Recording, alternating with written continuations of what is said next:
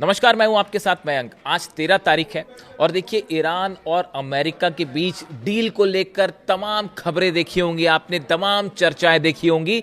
लेकिन इस बीच ईरान के विदेश मंत्री अब्बास अराक्ची साहब की तरफ से साफ कह दिया गया है कि जब तक ईरान की तरफ से कोई कंफर्मेशन ना आए, किसी भी तरह की किसी डील को लेकर, किसी शर्त को लेकर, किसी बात पर आप विश्वास ना करें। तमाम बातें दिख रही हैं कि कई ये डील हो रही है, वो डील हो रही है, ये शर्त है, वो शर्त है, जबकि हकीकत ये है कि अभी जो असल मुद्दे हैं उन पर दूर दूर तक कोई चर्चा ही नहीं हुई है। ये बात ईरान की तरफ से साफ साफ कह दी गई है। यानी डोनाल्ड ट्रंप जो दावे कर रहे हैं वो फिर से एक बार हवाई साबित होते दिख रहे हैं और हॉर्मुज में तनाव बढ़ गया है फिर से, और वो जंग वाले हालात फिर बनते जा रहे हैं। उस पर हम अलग से बात करेंगे। लेकिन इस वीडियो में मैं एक दूसरे मुद्दे की चर्चा करना चाह रहा हूं जो कल हुआ ये, और इस पे मेरी नज़र थी। और उसके बाद जो पैनिक और टेंशन फैला अमेरिका में और अमेरिका के CIA में और मोसाद में, इजराइल की जो खुफिया एजेंसी है, वो सब के सब तनाव में आ गए। अब ये खबर क्या थी, इसको ध्यान से समझना पड़ेगा। देखिए होता क्या है कि IRIB, ये ईरान का जो स्टेट नेटवर्क है, एक न्यूज़ चैनल कह लीजिए, इनकी तरफ से एक फुटेज जारी किया गया, चलाया गया खबरों के दौरान। यानी ईरान के टीवी पे IRIB की तरफ से जो खबरें चल रही थी उस दौरान एक फुटेज चलाया गया, एक विजुअल चलाए गए। अब ये विजुअल क्या थे? ये विजुअल थे जिस तरह से परमाणु धमाका होता है, एटमी धमाका होता है, उसके बाद जो मशरूम क्लाउड बनता है, उसका विजुअल चला दिया गया अचानक। और जैसे ही ये खबर चली, जैसे ही ये विजुअल चले, देखिए उसमें कुछ दावा कुछ नहीं किया जा रहा था, लेकिन जैसे ही ये खबर चली, ये विजुअल्स देखे लोगों ने, उसके बाद पूरी दुनिया में अचानक, खास तौर पर अमेरिका और इजराइल में ये खबर फैल गई कि भाई क्या ईरान ने परमाणु परीक्षण कर लिया है, और इसी वजह से ईरान की जो ये स्टेट रन नेटवर्क है, इसने ये विजुअल्स चला दिए। इस तरह की खबरें फैल गई और अचानक जितने न्यूक्लियर एक्सपर्ट्स हैं, साइंटिस्ट हैं, IAEA हो, CIA हो, वॉशिंगटन हो, पेंटागन हो, सब में ये हलचल शुरू हो गई कि भाई अचानक ईरान के सरकारी चैनल पे ये परमाणु धमाके के विजुअल्स कैसे चल गए। अब देखिए पहले खबर क्या है, इसकी हकीकत क्या थी, वो भी आपको बताऊंगा मैं, और कितना पैनिक था अमेरिका और इजराइल में इस खबर को लेके, ये भी आपको बताऊंगा। देखिए खबर क्या थी। A controversial broadcast by Iran's state run network IRIB has sparked wide spread speculation after footage depicting a nuclear explosion briefly appeared during a news program. एक न्यूज प्रोग्राम के दौरान न्यूक्लियर धमाके के जिस तरह से विजुअल होते हैं, ऐसे विजुअल टेलीविजन पे चला दिए गए। The graphics showing a blinding flash followed by a towering mushroom cloud over a city.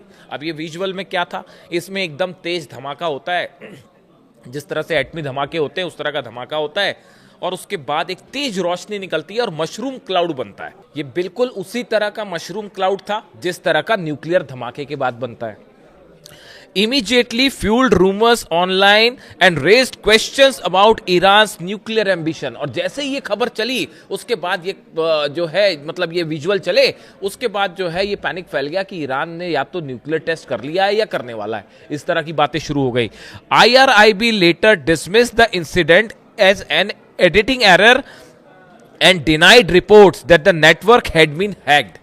अब देखिए जब ये पैनिक हुआ, उसके बाद कुछ देर बाद IRIB जिनकी तरफ से ये विजुअल चलाए गए थे, ये ईरान का जो है स्टेट रन नेटवर्क है, मतलब सरकारी एक प्रकार का चैनल आप कह लीजिए, उसकी तरफ से फिर सफाई आई। उसने सफाई ये दी कि भाई ये जो परमाणु धमाके के विजुअल चल गए, ये गलती से चल गए और हमारा कोई नेटवर्क हैक भी नहीं हुआ था। इस तरह की भी खबरें थी कि हैकिंग करके ये चला दिया गया विजुअल। तो उन्होंने कहा कोई हैकिंग नहीं हुई थी और हमसे गलती से चल गया। अब देखिए न्यूज़ चैनल्स में हम लोग भी काम करते हैं, तो गलती से परमाणु धमाके के विजुअल तो नहीं चलते हैं, तो इसीलिए ये कहा गया, कई इंटरनेशनल एक्सपर्ट्स ने ये माना कि ये ईरान के सरकारी चैनल पे जो परमाणु धमाके के विजुअल चले, ये एक बड़ी वार्निंग थी इजराइल और अमेरिका के लिए। कुछ ही देर के लिए चले ये विजुअल्स, लेकिन पूरी दुनिया ने इसको नोटिस कर लिया। और जितनी खुफिया एजेंसीज हैं भाई, एक तो अमेरिका में और इजराइल में जो है वो बड़े बड़े खुफिया एक्सपर्ट्स जो हैं वो ये बैठ के ही देखते रहते हैं कि ईरान में क्या चल रहा है, वहाँ कहाँ प्रदर्शन हो रहा है, कितने लोग प्रदर्शन कर रहे हैं, टीवी पे क्या चल रहा है, प्रेस में क्या चल रहा है, वो ये इसी को फॉलो करते रहते हैं। तो वो सब बेचारे टेंशन में आ गए कि अरे ये कहीं ब्लास्ट तो नहीं कर दिया इन्होंने। तो उसके बाद उनकी तरफ से कहा गया कि नहीं, ये भाई ये गलती से चला था। अब गलती से चले को कई लोग ये भी मान रहे हैं कि ये चेतावनी थी डोनाल्ड ट्रंप के लिए और नेतान्याहू के लिए कि ये जो हमले आप कर रहे हैं और हमारे न्यूक्लियर प्रोग्राम को जो दादागिरी करके रोकने की कोशिश है, अब वो कभी भी एक हथियार का रूप भी ले सकती है। ये दबे छुपे शब्दों में वार्निंग दी गई अमेरिका को और इजराइल को। इस तरह की राय कई एक्सपर्ट्स जो हैं उन्होंने रखी है। अब देखिए, ईरान के न्यूक्लियर प्रोग्राम को लेकर इसका जिक्र मैंने इसलिए किया क्योंकि ये पेंटागन में, वॉशिंगटन में और तेल अवीव में अच्छा खासा पैनिक था इसको लेकर, और बड़ी खबरें बनी इसको लेकर कि भाई ये क्या हुआ। अब देखिए, ईरान की जो डील है, जिस डील की इतनी चर्चा हो रही है अमेरिका और ईरान की, इसका जो कोर मुद्दा है वो कोर मुद्दा है यूरेनियम और न्यूक्लियर प्रोग्राम। ये दो मुद्दे ऐसे हैं जिनको लेकर अभी तक इस डील में दूर दूर तक कहीं कोई, भाई आप जब चर्चा करोगे तब तो सहमति बनेगी, अभी तो इस पे कोई चर्चा ही नहीं हुई है। अभी सिर्फ बात इतनी है कि क्या चर्चा की जाए आगे, यानी आप समझ रहे हैं ये बहुत ही इनिशियल। इसीलिए अब्बास अराक्ची ये कह रहे हैं कि जो खबरें मीडिया में चल रही हैं, इधर उधर दावे, ये दावे वो दावे, ये डील वो डील, किसी पर विश्वास करने की जरूरत नहीं है। यही बात मैं आपको बार बार कहता हूं। मैं तो बल्कि एक कदम और आगे बढ़ के कहता हूं कि जब तक ईरान की सेना ना कंफर्म करे, जब तक IRGC कंफर्म ना करे, अहमद वाहिदी साहब कंफर्म ना करें, तब तक आपको किसी बात को मानने की जरूरत नहीं है। अब देखिए, न्यूक्लियर प्रोग्राम को लेकर दो चार बातें समझने की जरूरत है। अभी ये बीच में जो ड्राफ्ट का खेल चल रहा है जो पिछले एक महीने से, इसकी एक दो शर्तें जो हैं किसी तरह से, मतलब मुझे एक्सेस मिला कि कुछ लोगों से जानकारी मिली कि इसकी क्या जो है वो चीजें हैं जो चल रही हैं। ये लीक भी हुई हैं कई जगह, डोनाल्ड ट्रंप इसको लेके हैरान परेशान भी हैं, ये लीक भी हो गई। अब इसमें जो है अमेरिका, डोनाल्ड ट्रंप ये चाहते हैं कि 20 साल के लिए यूरेनियम एनरिचमेंट ईरान जो है वो अपना रोक दे, और ईरान इस बात के लिए तैयार नहीं है। हालांकि इस तरह की खबरें आई कि 10 साल के लिए एनरिचमेंट रोकने की बात ईरान की तरफ से कही गई, ऐसी खबरें थी कुछ जगह से, ऐसे दावे थे, सच्चाई क्या है पता नहीं। लेकिन अमेरिका ये चाहता है कि 20 साल के लिए रोक दे। पहले अमेरिका क्या चाह रहा था कि यूरेनियम सौंप दिया जाए, ईरान ने कहा जी नहीं सौंपेंगे। फिर कहा कि उसको डिस्ट्रॉय कर देते हैं, ईरान ने कहा सवाल ही नहीं है। फिर ये हुआ कि अच्छा चलो कोई बात नहीं, तो फिर आप 20 साल के लिए एनरिचमेंट को रोक दीजिए। ये एक ड्राफ्ट का हिस्सा है जिसको लेकर ईरान तैयार नहीं है। तो ये पहला मुद्दा है जिसको लेकर जो जहां पेच फंसा हुआ है। दूसरी बात सुनिए, अमेरिका चाहता है कि नतांज, फोर्दो और इस्फहान में ये जो तीनों न्यूक्लियर ठिकाने हैं इनको पूरी तरह से बंद कर दिया जाए।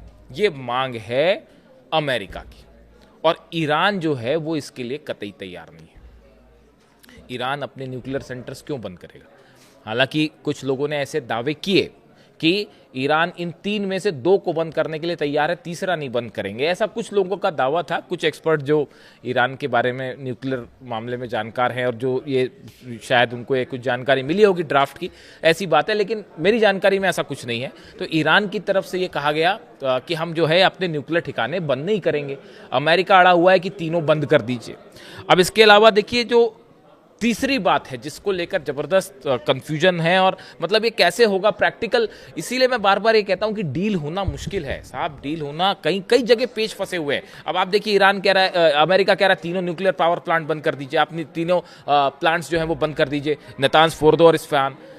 ईरान तैयार नहीं है। वो ये कह रहा है कि साहब जो है 20 साल के लिए रोक दीजिए एनरिचमेंट, उसके लिए तैयार नहीं है। तीसरी बात जो है, अमेरिका ये चाहता है कि ईरान के जितने न्यूक्लियर ठिकाने हैं, जहां जहां एनरिचमेंट होता है या पावर प्लांट्स हैं, वहां सब जगह IAEA को एक्सेस दिया जाए। जो इंटरनेशनल एटॉमिक एनर्जी कमीशन है, IAEA जो है, वो सब जगह जाके इंस्पेक्शन करने की अनुमति मिल जाए।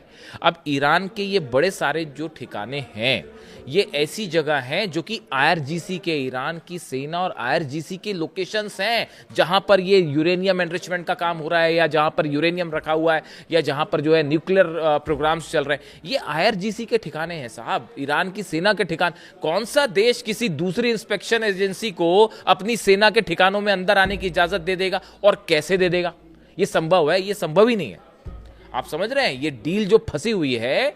इसीलिए बड़े सारे लोग ये कह रहे हैं कि अगर कुछ ड्राफ्ट सामने आ भी जाए, इनिशियल लेवल पर कुछ साइन हो भी जाए, तो भी ये लंबा नहीं चलेगा, ये टूट जाएगा। जब 2015 में इतने सारे देश बीच में काउंटर गारंटी बने, सब कुछ हुए, लेकिन वो टूट गया ना, समझौता तोड़ दिया अल्टीमेटली ने, और डोनाल्ड ट्रंप ने तोड़ा उसको। तो अब तो हालात ऐसे हैं कि एक दूसरे का दोनों पर कोई विश्वास ही नहीं है। उस समय तो जंग नहीं हुई थी, इस समय तो अब ये 2-2, 3-3 जंग हो चुकी है। आप ईरान के सुप्रीम लीडर को असैसिनेट कर चुके हो और ये सोचते हो कि ईरान विश्वास करेगा। कैसे कर लेगा? किसी सूरत में नहीं ईरान विश्वास करेगा। विश्वास का कोई सवाल ही नहीं है। किस बात पर विश्वास करें? आपको ये पहले सोचना था अली खामेनी साहब पर असैसिनेशन करने के पहले। ये सब चीजें तो चलती रहेगी, आपकी जंग चलती रहेगी और ये मिसाइलें चलती रहेगी, ड्रोन चलते रहेंगे, और टॉम हॉक मारोगे, वो अपनी जो है वो फतेह मारेगा और खुर्रम शहर मारेगा। ये सब तो चलता रहेगा साहब, ये जंग चलती रहेगी, हॉर्मुज की जंग चलती रहेगी। लेकिन अली खामेनी साहब को असैसिनेट नहीं करना था। जो बची कुची संभावनाएं थी डील होने की, वो आपने खुद खत्म कर दी है। और आपको क्या लगता है कि डील पेपर कोई साइन हो जाएंगे तो लंबा चलने वाला है? वो कतई लंबा नहीं चलेगा। आपको पता है आईआरजीसी के जो चीफ है अहमद वाहिदी साहब, उनकी तरफ से क्या बयान आया है? उन्होंने एक शर्त रख दी है सामने, एक कौन मेडिटेशन कर रहा है और कौन क्या कर रहा है भूल जाइए इसको। जब तक ईरान की सेना कोई बात ना बोले तब तक मानिएगा मत। ईरान की सेना की तरफ से कहा गया है, अहमद वाहिदी साहब की तरफ से शर्त रख दी गई है कि पहले हमारी जो फ्रीज संपत्ति है उसको रिलीज करो, उसके बाद हम बात करेंगे। धोखा किसने किया? अमेरिका ने। डील के बीच में हमले क्यों हुए? छठी दौर की बातचीत के बीच में हमले अमेरिका ने किए। फिर बातचीत हो रही थी, हमले किसने किए? अमेरिका ने किए। तो क्यों विश्वास किया जाए? तो अब वही स्टैंड यही है। अब अहमद वाहिदी और ईरान की सेना जो है वो अली खामेनी साहब वाले फॉर्मूले पे चल रही है, एक कदम आगे। अगर एक कदम आगे नहीं चले होते तो आज पिट गए होते। अली खामेनी साहब का प्लान था पूरा, कि उनको पता था कि आज नहीं तो कल ये होने वाला है। तो देखिए उनकी प्लानिंग कैसी थी, चाहे ड्रोन्स हो, चाहे मिसाइल्स हो, मोजाइक सिस्टम हो, वो पूरी जंग के लिए तैयार थे। इसीलिए आज दुनिया का सबसे बड़ी ताकत घुटनों पर है। इसका पूरा क्रेडिट जाता है ईरान के सुप्रीम लीडर अली खामेनी साहब को। नो, ना सिर्फ एक सुप्रीम लीडर थे बल्कि बेहतरीन आर्मी कमांडर थे। और उन्हीं की प्लानिंग का नतीजा है कि दो महाशक्तियां, दो देश मिलके जो है, जो अपने हथियारों का इतना बड़ा दम भरते हैं, ईरान का कुछ नहीं बिगाड़ पाए। देखिए कल मैंने दावा किया था ना, वो F-35 और F-16 जो गिरे हैं कई सारे। देखिए जॉर्डन के बेस की वो तस्वीर आनी शुरू हो गई है, दिखाऊंगा मैं आपको अगले वीडियो में। वो हैंगर जहां पर मिसाइल मारी ईरान ने, मलबे का ढेर लगा हुआ है, उसमें कितने F-35 जले हैं और कितने F-16 जले हैं कोई हिसाब नहीं है साहब। सबसे पहले बताई थी ये बात मैंने आपको कि ये हो चुका है। इसको अमेरिका कभी स्वीकार नहीं करेगा। वो स्वीकार तभी होगा जब कोई संसद की कमेटी बैठेगी और 3 महीने बाद रिपोर्ट देगी। जैसे पहले कहा जा रहा था कि 2 प्लेन गिर गए, 3 प्लेन गिर गए, 4 प्लेन गिर गए। हम आपको बोल रहे थे कि साहब कम से कम 30 से ज्यादा प्लेन गिरे, और रिपोर्ट निकल के आई कि 42 मार दिए, अमेरिका के 42 प्लेन गिरा दिए ईरान ने। अब वैसे ही अभी देखना आप, ये कई F-35 और F-16 जेट के ऊपर मिसाइल गिरी, तबाह हो जाओ। जॉर्डन का वो बेस जो है जहां से ऑपरेट कर रहे थे, खत्म हो गया वो बेस, उस पर अब कुछ बचा ही नहीं। उसको बनाने में बहुत टाइम लग जाएगा। और वहां कितने F-35 F-16 जले कोई हिसाब नहीं है। पेट्रियट नहीं रोक पाया, पेट्रियट सिस्टम लगे तो उसको तोड़ते हुए गिरी मिसाइल वहां पे, खैबर मिसाइल्स। तो देखिए ऐसा है, हकीकत अब ये है कि ये न्यूक्लियर मुद्दे वाले मामले पे ये जो डील है ना, ये डील ऊपरी चीजों पे हो सकती। क्या 60 दिन का सीज फायर कर लेते हैं, वो वर्ल्ड कप चल रहा है फुटबॉल का, सबने कहा जी पूरा खत्म खेल हो जाएगा। अगर मान लो यूरोप पर मिसाइल मारने लगा ईरान, उसका नतीजा क्या होता? अब वो फुटबॉल खेलते कि जंग करते साहब आपसे, तो पूरा वर्ल्ड कप खराब हो जाता।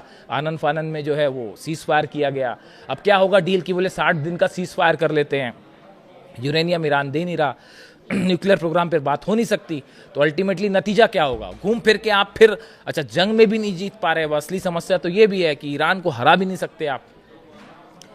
कल मैं आपको कल सुबह वीडियो जो बताऊंगा उस पर मैं आपको बताऊंगा कि अमेरिका इस सीज फायर के जरिए, मुझे आज ही बताना था ये बात, लेकिन कुछ इन्फॉर्मेशन ईरान से आनी है, वो आने में वक्त लग रहा है। जैसी ही आएगी मैं इसको फिर कंफर्म करूंगा एग्जैक्टली डोनाल्ड ट्रंप का प्लान क्या है, हॉर्मुज में क्या चाहते हैं डोनाल्ड ट्रंप। एकदम पुख्ता जानकारी, वो कल के वीडियो में बताऊंगा। लेकिन अभी ये जो न्यूक्लियर मुद्दा है, ये डील क्यों नहीं हो पाएगी, ये न्यूक्लियर मुद्दे पर पेच ऐसा फंसा हुआ है। ईरान की सेना के जो अड्डे हैं, ठिकाने, वहां पे कैसे आईएईए को अंदर आने दें, आप खुद बताइए, संभव ही नहीं है ये। और इतने हमलों के बाद अली खामेनी साहब ने कभी न्यूक्लियर बम नहीं बनाया। उन्होंने कहा था हम कभी नहीं बनाएंगे, और कभी उन्होंने इसकी इजाजत नहीं दी। उनसे डील करनी चाहिए थी, तो उन पर आपने हमला कर दिया, उनको और वो भी इस गलतफहमी में मत रहिए कि हमला करके उनको शहीद कर दिया। वो खुद चाहते अगर तो वो कोई उनको असैसिनेट नहीं कर पाता। वो तो उन्होंने कहा कि तेहरान के लोगों को आप नहीं छुपा सकते बंकर में, तो मैं भी नहीं जाऊंगा। वो उनकी इच्छा थी। इस गलतफहमी मत रहिए, अगर कोई सोचता है कि अमेरिका ने उनको असैसिनेट कर दिया, इजराइल ने कर दिया, ऐसा कतई नहीं है। और ईरान को जीता भी नहीं जा सकता, ये बात भी, अब ये बात समझ जानी चाहिए। बात अब तक पता नहीं क्यों समझ नहीं आई, मुझे तो बड़ा हैरानी होती है। अमेरिका के थिंक टैंक्स जो हैं बड़े बड़े, वो इजराइल के, किसी को लगता है वाकई ऐसा कि ईरान को कोई हरा सकता है? कोई नहीं हरा सकता साहब ईरान को, किसी रूप में नहीं। आप ग्राउंड ऑपरेशन करेंगे तो पता नहीं क्या हो जाएगा, वो तो ब्लड बाथ हो जाएगा। जो हमला करेगा वो बहुत बुरी तरह से मुंह की खाएगा। तो अब ऐसे हालात में इन सब, अब देखिए इसीलिए जो है नॉर्थ कोरिया ने जो है, किम जोंग उन ने न्यूक्लियर टेस्ट कर लिया। अब बोला कि भैया आप करो, अब हमले हम बताते हैं आप पे। और वो तेजी से आर्सेनल बढ़ा भी रहा है। अब वो देखिए, अब हकीकत ये है, आपको बताएं, जैसे ये ईरान पर हमला हुआ उसके बाद से वो नॉर्थ कोरिया ने अपने न्यूक्लियर बॉम्ब बनाने की जो स्पीड है वो दुगनी कर ली है। मतलब वो मिसाइल्स भी बना रहा है, बॉम्ब्स भी बना रहा है, सब कुछ बड़े तेजी से चल रहा है। और वहाँ पे कई सारे न्यूक्लियर जो है वो चल रहे हैं। अच्छा, एक और बड़ी इंटरेस्टिंग जानकारी ये भी है, कई तरह की इस तरह की रिपोर्ट से बात भी कह रही है कि नॉर्थ कोरिया में जो न्यूक्लियर प्रोग्राम चल रहे हैं, इनरिचमेंट सेंटर्स चल रहे हैं, उनका बड़ा ईरान कनेक्शन भी हो सकता है। यानी इस तरह की भी दावे हैं कई कि जो ईरान का यूरेनियम है, ये हो सकता है कि उसका इनरिचमेंट प्रोग्राम जो है नॉर्थ कोरिया में चल रहा हो। या इस तरह की भी बातें हैं कि नॉर्थ कोरिया में कोई बड़ा न्यूक्लियर एटॉमिक प्रोग्राम चल रहा है जो कि ईरान का है और चल नॉर्थ कोरिया में रहा है। ये इस तरह से कई खुफिया रिपोर्ट्स हैं CIA की और मोसाद की। यानी ऐसी सूरत में आप देखिए, चाइना, रशिया, रूस का नेटो को लेकर क्या हाल है, वो तो एटॉमिक फ्लैश पॉइंट पर बैठे हुए हैं। और चाइना और रशिया किसी सूरत में ईरान का साथ नहीं छोड़ेंगे। और ईरान को अगर कभी भी ऐसी सिचुएशन पड़ी तो वो हमेशा ये बात श्योर करेंगे कि जो आर्म्स हैं, एम्यूनिशन है, मिसाइल्स को लेकर कई बार मुझसे पूछा जाता है कि भाई ईरान के पास कितनी मिसाइल्स बची हैं, क्या खत्म तो नहीं हो रही हैं? इसकी संख्या कोई नहीं जानता कितनी है। खत्म होना तो छोड़िए, वो 48 घंटे में उसने जॉर्डन, बहरीन और कुवैत में जो धुआं किया है कतर में, उससे आप अंदाज लगा लीजिए कि क्या हालात है। और ऐसे में रशिया और चाइना कभी ये आर्म एम्यूनिशन सप्लाई कम नहीं होने देंगे। यानी ये जो डील की बातें हैं तमाम, ये बहुत दूर की कौड़ी है। अगले वीडियो में एक और बड़ा खुलासा कल सुबह मैं करूंगा। वीडियो कैसा लगा कमेंट करके ज़रूर बताइए। Thank you so much.